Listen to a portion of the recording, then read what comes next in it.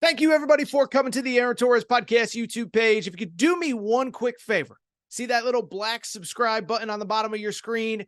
Go ahead, hit that little black subscribe button. Really does help this channel grow, my audience grow, and I appreciate it more than you know. Also, quick thank you to our presenting sponsor, Betfred Sportsbook and the Betfred Sportsbook app. Bet $50 on any game. Get up to $1,111 in free bets courtesy of the Betfred Sportsbook. Thank you again. Now, here's the video that you came here for. Let's get to the Big Ten East preview, and let's start with, how about this? The two-time defending Big Ten East Big Ten champion, Michigan Wolverines. And I know I'm the 30,000th college football guy or girl that you're listening to this summer into the fall that's saying, can you imagine any of us talking about Michigan as the two-time reigning champ 3 years ago, 2 years ago, whatever?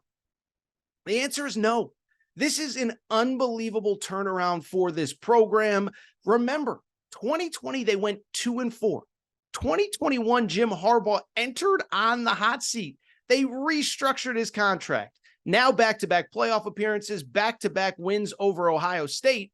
What's interesting, though, is that in the Betfred Sportsbook, Ohio State is still actually a slight favorite in the Big Ten. Big Ten odds, Ohio State plus 165, Michigan plus 185. So that's interesting. We'll discuss Ohio State in a minute, but let's focus on Michigan, the over-under win total of 10.5. The money is coming in on the over, minus 150. You got to bet to get the over, plus 120 on the under.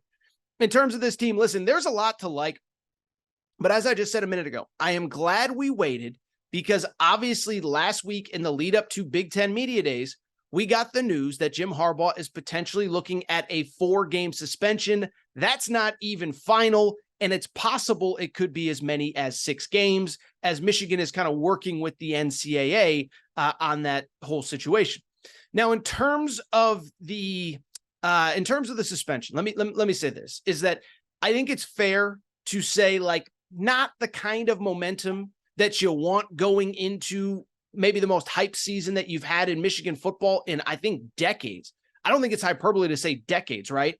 Because even last year, you look back at this time last year, what were we talking about? We didn't know who the starting quarterback was. Were you really going to beat Ohio State again, having to go to Columbus? Well, this year you've done all that. This year you're established. And I do think it's as hyped of a season as any that Michigan has had in a while. And I'll be blunt, I'm not really that worried about this suspension when it comes to Michigan. Assuming it's 4 games, the front quarter of the schedule is very manageable. The front third, I should say, of the schedule is very manageable. I think everybody kind of knows, but here is who Michigan plays in its first 4 games to open the season. Remember, they had a home-and-home scheduled with UCLA a few years ago that was canceled, so they played no Power 5 teams in the out-of-conference last year. This year, it's the same. They play UNLV at home, East Carolina, Bowling Green, and Rutgers all at home, all to start the year. I would imagine they're probably a 3-touchdown plus favorite in all of those games, even without Jim Harbaugh. Now, listen, if it becomes a bigger suspension, it is a different conversation. I'm recording here the last weekend, the last week of July. And so if something changes, obviously that changes this narrative. Game 5 and Game 6, by the way, are road games at Minnesota and at Nebraska. But I just bring it up because the schedule doesn't worry me. And you know what else doesn't worry me about this Michigan team? I think this team, this group is uniquely built to handle kind of off the field noise, if you will, okay? Part of it is veteran team, bunch of guys that have been there, but even veteran teams, I don't know, have dealt with quite as much as the Michigan group has over the last couple of years. Think about what the conversation was at this time last year when it came to Michigan. Think about the fact that you had idiots like me. And I said this, you could go back and find it. I'm a dummy. Remember 2 off seasons ago, Jim Harbaugh actually interviewed for the Minnesota Vikings head coaching job on National Signing Day in February. And I was the guy, I was an idiot, I'll own it, that was sitting here on this show saying, I don't know, can they handle it? Do they trust him? How can he build trust? There was controversy at the quarterback position. Remember, last year at this time, Cade McNamara started game 1, J.J. McCarthy started game 2. So this program has dealt with a lot of off the field stuff, and they've done as good a job as anybody blocking out the noise. And so I'm not worried about the suspension. And what I am excited about is, on paper, this is the best Michigan team probably this century, at least since the early 2000s when they were regularly winning Big Ten titles. It feels like this is certainly Jim Harbaugh's best team, and they got a lot going for them. One, remember, in a year where we don't know who Alabama's starting quarterback is, we don't know who Ohio State's starting quarterback is, Penn State is going to have a new quarterback, although we know it's going to be Drew Allar. Georgia has a new starting quarterback. Michigan brings back J.J. McCarthy. And I know that last year in that Fiesta Bowl loss to TCU, he had those 2 pick sixes and he wasn't great. But this guy is dynamic. This guy is talented. And keep in mind this as well. As bad as many people remember J.J. McCarthy playing in that game, the guy threw for 343 yards against TCU. And so again, it wasn't a perfect game, but 343 yards, 2 touchdowns in that game. And this is going to be the most talented offense that he's part of. Blake Corum is back and fully healthy. He was at Big Ten Media Days, had a great kind of energy and feel to him, rushed for about 1,500 yards, just under 1,500 yards last year before going down late in the season. Donovan Edwards is back. Remember, that was a guy that was phenomenal late against Ohio State, against TCU when they needed him to step up. The offensive line, which is always good under Harbaugh, rebuilt through the portal. 3 starting caliber players from high major programs, Power 5 programs coming in on the offensive line. Speaking of the portal, a very good tight end named A.J. Barner from Indiana. And the wide receiver core is really, really, really good if Michigan does in fact decide to open things up on offense. And I'm not sure that they're going to have to, just like last year, because the O-line and the defense are going to be so good. Beyond that, this defense has a chance to be special, man.